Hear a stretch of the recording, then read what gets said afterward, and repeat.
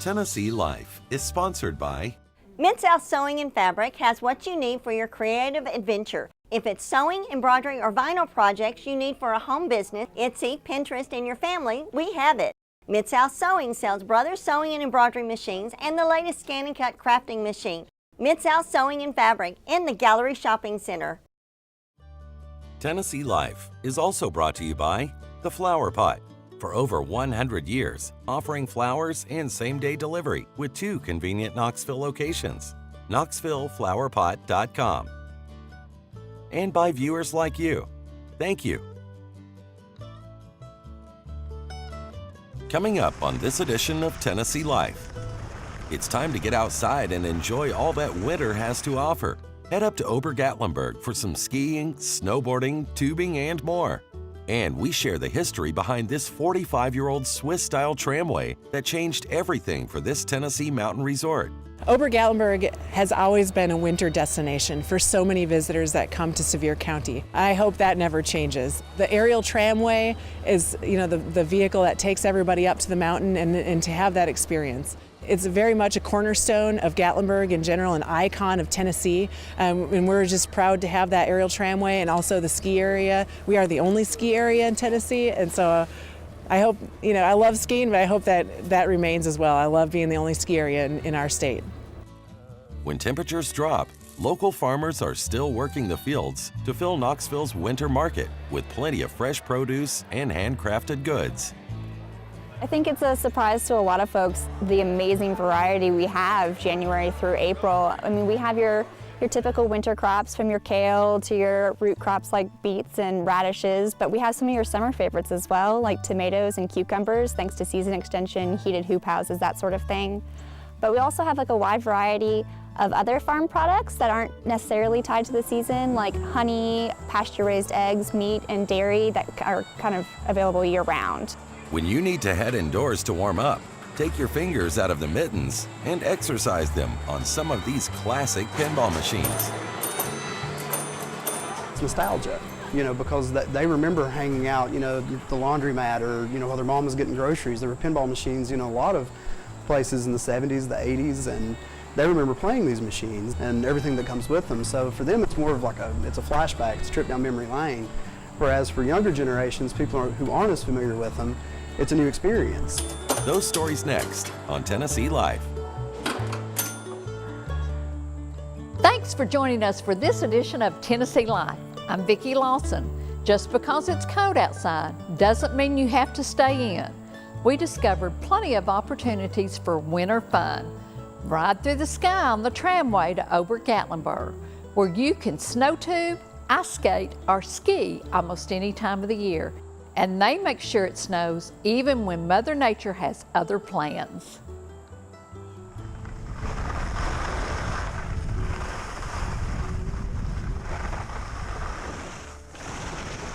The name Ober Gatlinburg did come about from our original ski school director, Rolf Lons. He had the idea of Ober Gatlinburg, which was the German word for over, so we're Ober Gatlinburg. We are the only ski area in Tennessee.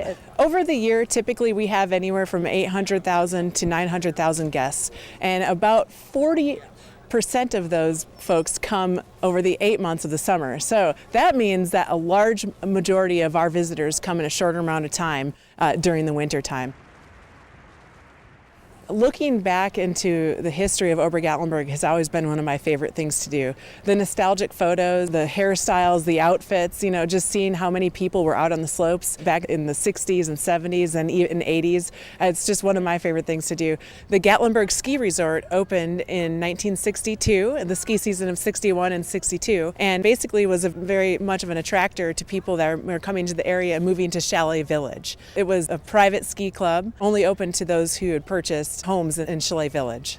There was definitely some allure to having a private ski area. However, they did open up to general memberships soon after they opened, just to get as many people here and coming to the ski resort. Eventually, the need for public transportation from downtown Gatlingburg to the mountain really increased because of the ski mountain road was the only accessible road to the mountain, which is quite, to some seemingly treacherous, especially in weather that has snow and ice. There was a developer in the area that did see the need also to get people from downtown Gatlingburg to the mountain here at the Gatlingburg ski area. Well, Claude Anders was quite the traveler. He did go to Europe several times, and when he was over in Switzerland, he did see a cable car, aerial tramway, such as the one that we have here in Gatlingburg. So basically, he had the vision of building an aerial tramway that could take anywhere from up to 120 people from downtown Gatlingburg to the mountain about every 20 minutes. The Gatlingburg aerial tramway changed everything for people who are interested in getting to the ski area. Basically, you could walk in the downtown aerial tramway mall, board the tram, and take a ride through the sky and then go skiing. So it actually becomes more of a very Swiss feeling also. It's like a very European vision that he had to place right here in Gatlingburg, Tennessee.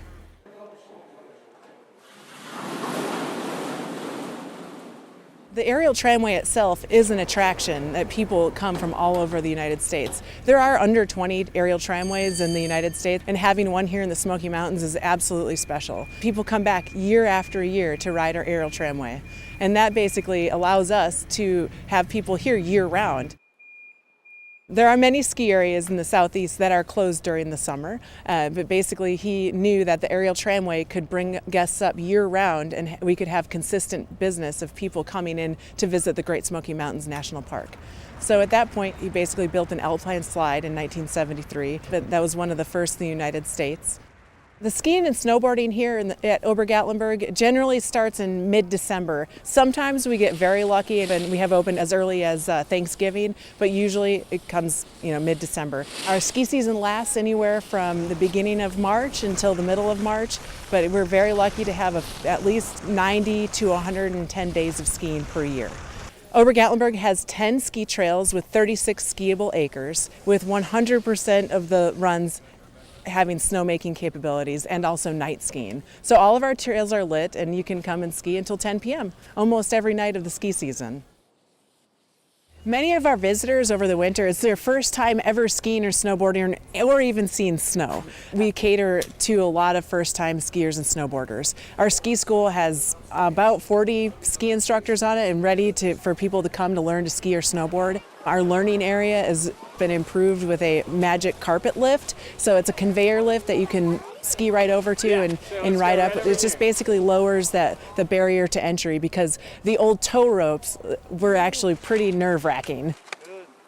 People come up year after year and they get better here, they learn here, they can become expert skiers here and then go out west to ski some big mountains and not be sore when they go out. It is a very special place to so many people in the area and also to those first timers that are coming to see snow or ski or snowboard for the first time. It's actually interesting because when they first opened, Ober Gatlinburg had one of the most extensive snowmaking systems in the world. And we do have a similar snowmaking system now. We've spent a lot of time and resources into really making sure that we have the snowmaking capabilities by investing in our snow guns. But we are in East Tennessee, so it could be 80 degrees for Christmas one year, or it could be 10 degrees the next year. So we play with Mother Nature just as she plays with us. So we make sure that we have the ability to make snow when it's warm as well.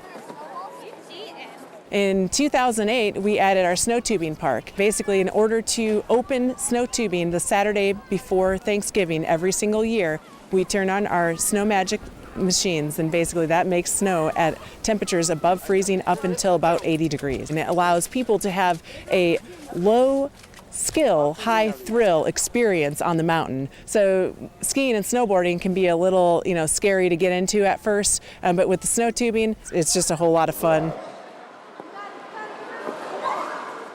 Ice skating has been a wonderful activity here at Ober Gatlinburg from the start. Originally, our ice skating rink was outside. Eventually, when we built the aerial tramway, we moved the ice skating rink inside, so we do have year-round ice skating here at Ober Gatlinburg. In 2018, we added ice bumper cars. And so ice bumper cars are very similar to bumper boats, but on the ice. And so we actually split our ice rink up for the summertime during lower traffic times to have an experience on bumper cars that are situated on ice. We also have a scenic chairlift, and this chairlift is one of the longest chairlifts in the southeast. It goes to the top of Mount Harrison at 3,300 feet. So it basically gives you a really beautiful view of the Smoky Mountains without hiking. So it's a very popular activity for many people. Recently, I've been able to see some historical footage, and one of my favorites was definitely Fly Through the Sky, to Ober Gatlinburg, and it's just kind of funny to think about, flying through the sky, but we still say it these days, and to be honest, looking back at the older advertisement, I'm definitely going to bring some of those slogans back. Looking back to seeing what Ober Gatlinburg was originally, and then looking forward into what Ober Gatlinburg can be for so many people. Year after year, people come back. Parents come back and bring their children because they remember coming here when they were small. And so just basically passing on that legacy, generation after generation is definitely one of my goals. Later on Tennessee Life, take a little break indoors at the Gatlingburg Pinball Museum, where you can play on these classics. But next, Tennessee farmers are still working through the cold months to bring you fresh veggies at the Knoxville Winter Market. When the temperatures drop, that doesn't mean Tennessee farmers stop growing. You can find their fresh produce along with dozens of other handmade Tennessee goods at the Knoxville Winter Market. We visit the market and nearby Lacewing Farms. I think it's a surprise to a lot of folks, the amazing variety we have January through April. Market Square, of course, has a long history of being a marketplace for locals to sell their wares. The Market Square Farmers Market was started by a small group of volunteers, some downtown business owners, and the Market Square District Association.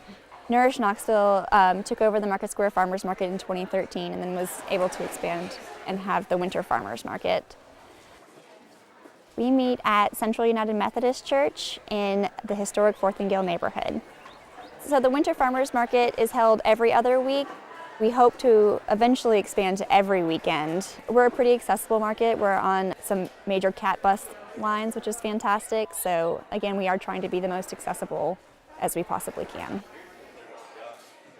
We have your typical winter crops, from your kale to your root crops like beets and radishes, but we have some of your summer favorites as well, like tomatoes and cucumbers, thanks to season extension, heated hoop houses, that sort of thing. But we also have a wide variety of other farm products that aren't necessarily tied to the season, like honey, pasture-raised eggs, meat, and dairy that are available year-round. Ornamental plants are also something that's pretty exciting. We have a large selection of succulents, trees, herbs, that sort of thing. We also supplement. We have locally made artisan crafts, so everything from woodworking to pottery, jewelry, soaps, you name it, we have it.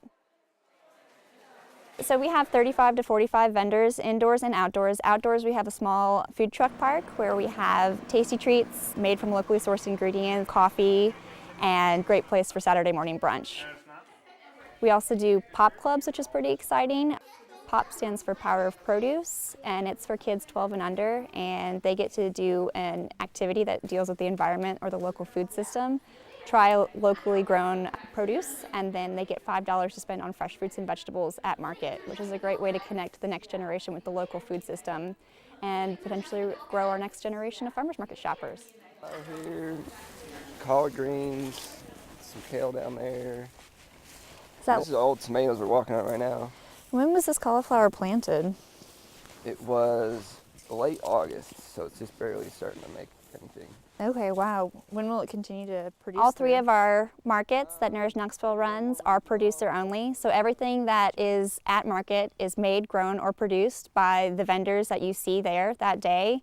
Not all farmers markets are the same, so we're pretty proud of that. It's really fantastic to know that everything comes from so close to Knoxville and that we're able to go out and see the property, get to know the farmers, get to know their growing practices, and see what they're able to bring and grow locally here in East Tennessee.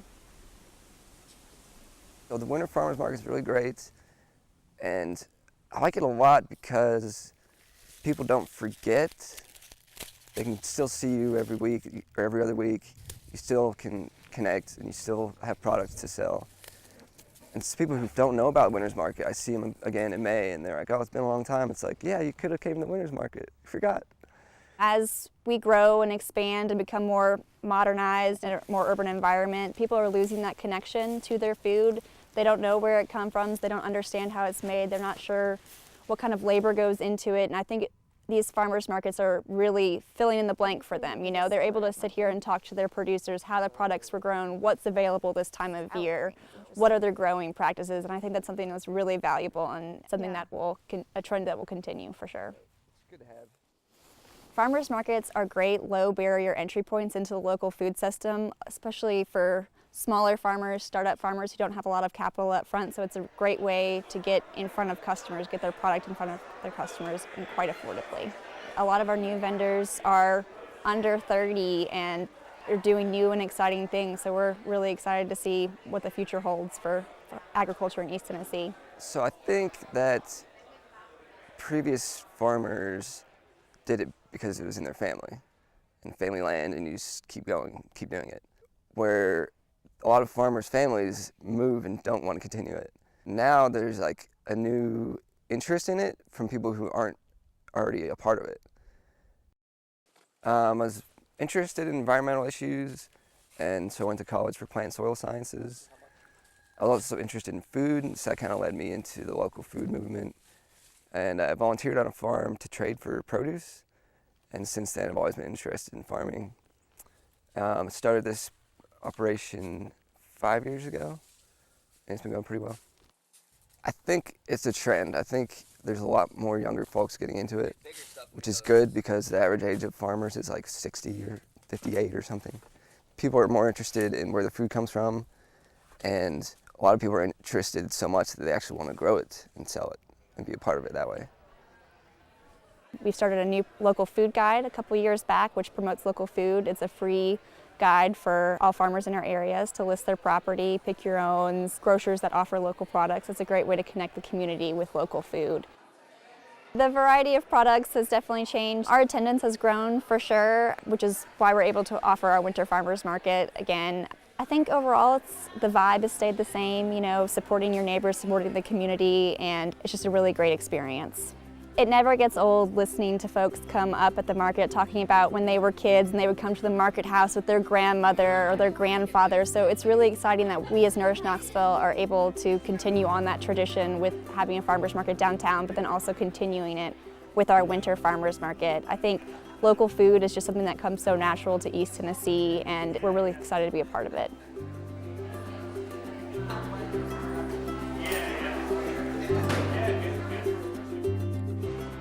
If you find that you need to warm up after a Tennessee winter day, the Gatlingburg Pinball Museum isn't just for looking. It's a hands-on trip down memory lane.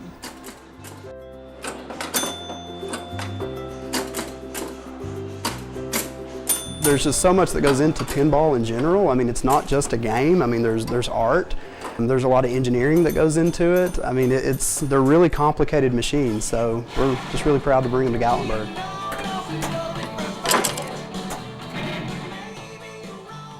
We're here at the Gatlingburg Pinball Museum. It really came to be because we've been around games, we've been around retro games, arcade games, even the newer games since the early 90s, our company has. So we really wanted to bring a unique experience to Gatlingburg, something that people weren't seeing a lot of here. And pinballs and retro games in general are making a large comeback. We really wanted to be able to feature some really cool vintage and newer limited edition pinballs here for the guests here in Gatlingburg. It's the dichotomy between being a museum of something that you can see, you learn about, but you get to experience it. So in a way it's a hands-on museum. Well, we've been seeing it for a few years now. I would say dating back maybe 2012, 2013, even with competitive pinballs really growing. And people's interest in it's really growing. And I think a lot of it is because it's tactile.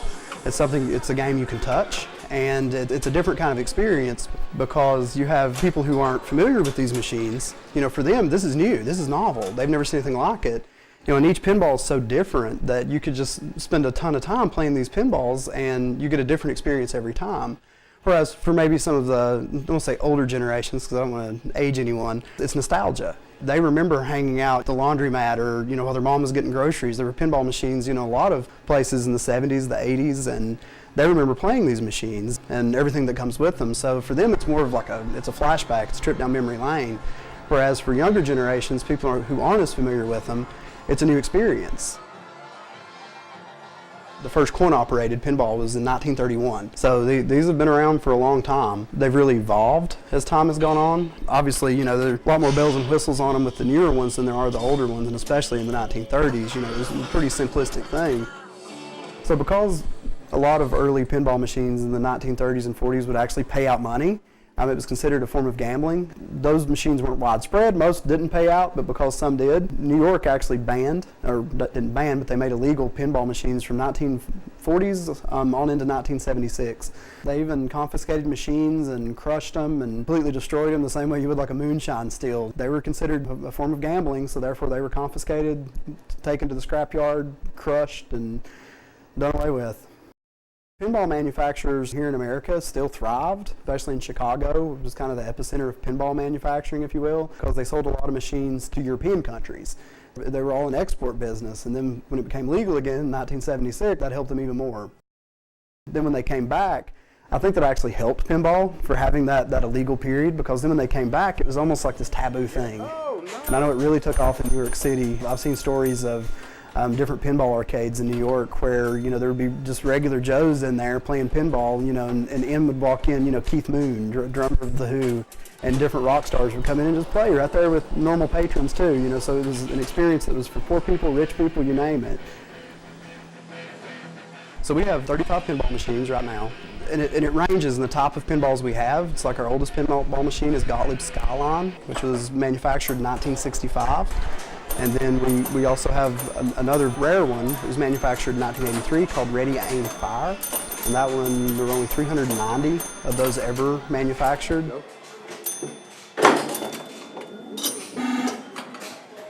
So this is Hercules. Hercules was produced in 1979.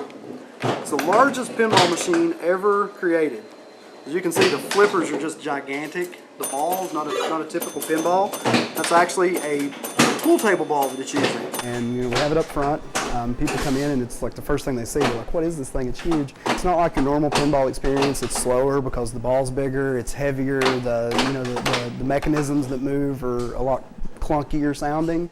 They're louder. It's definitely unique, and I think pretty much everyone that comes in here, they're like, what is this? And they will start playing it. All of our newer machines are limited edition, gold edition. It's like we have the Addams Family Gold Edition, which is a really popular one amongst pinball enthusiasts. You know, it's not just the older machines. We also have the newer ones as well, which are mostly limited edition machines. So for instance, with the Elvis game, you know, not only do you hear Elvis's songs in it, and you know, Elvis talks to you and he tells you good shot the way only Elvis can, but you also have, you know, the host who introduces Elvis as if he was on American Bandstand or, you know, one of those shows from that day. So you really get to delve in and feel that history and hear that history. You know, pinball's a game of all the senses. You can feel it, you can touch it. Sound is also a big part of pinball. And I think that's why there's so many of them around bands and musicians. Like we have the Beatles, which is a new pinball. We have Aerosmith, Kiss, Metallica, you name it. So our limited edition machines, you're not just going to find at any arcade. Even though they're newer, there just weren't a lot of them made and not a lot of them purchased. So we work really hard to find those. And then for our older vintage machines, I mean, we travel all over the country looking for these and picking these up and bringing them back and restoring them and getting them back in working condition so that our guests can enjoy a pinball machine from 1965 or 83 or 1990, etc.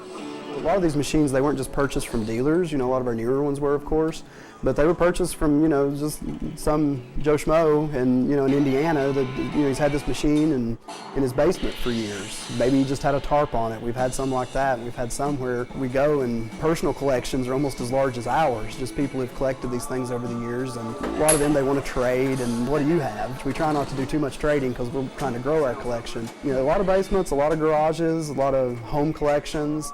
But, you know, at the same time, there are a lot of businesses that still have these, from old convenience stores. You know, we've had this thing in here for 30 years. Nobody really plays it anymore. It broke, and we don't know how to fix it. Right now, the place is missing one big thing, and it's a Dolly Parton pinball machine. There was one manufactured, I think, by Bally in the 1970s that we would love to find. We've been working hard to find it. We think that any pinball museum in the Smoky Mountains is incomplete without a Dolly Parton machine. She's just so iconic in this area. We've been doing a lot of phone calling. We found, Craigslist posts that were posted 3 years ago where we're calling them up and like, hey, you probably don't still have it, but who'd you sell it to? And run into a lot of dead ends. It's been a lot of detective work. We've kind of turned into pinball PIs just trying to find this Dolly Parton machine.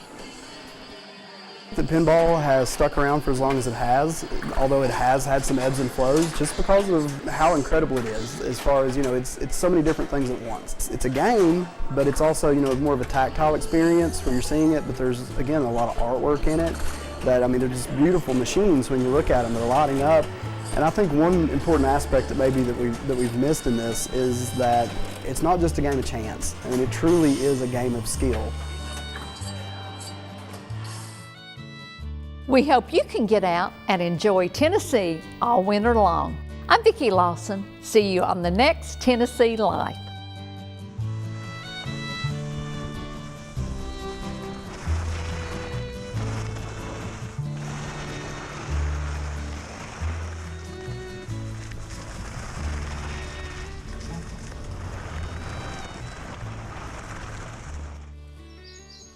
Tennessee Life is sponsored by Mid-South Sewing and Fabric has what you need for your creative adventure. If it's sewing, embroidery, or vinyl projects you need for a home business, Etsy, Pinterest, and your family, we have it. Mid-South Sewing sells Brothers Sewing and Embroidery machines and the latest scan and cut crafting machine. Mid-South Sewing and Fabric in the Gallery Shopping Center. Tennessee Life is also brought to you by The Flower Pot. For over 100 years, offering flowers and same-day delivery with 2 convenient Knoxville locations. KnoxvilleFlowerPot.com. And by viewers like you. Thank you. A DVD of this program is available by visiting easttennesseepbs.org.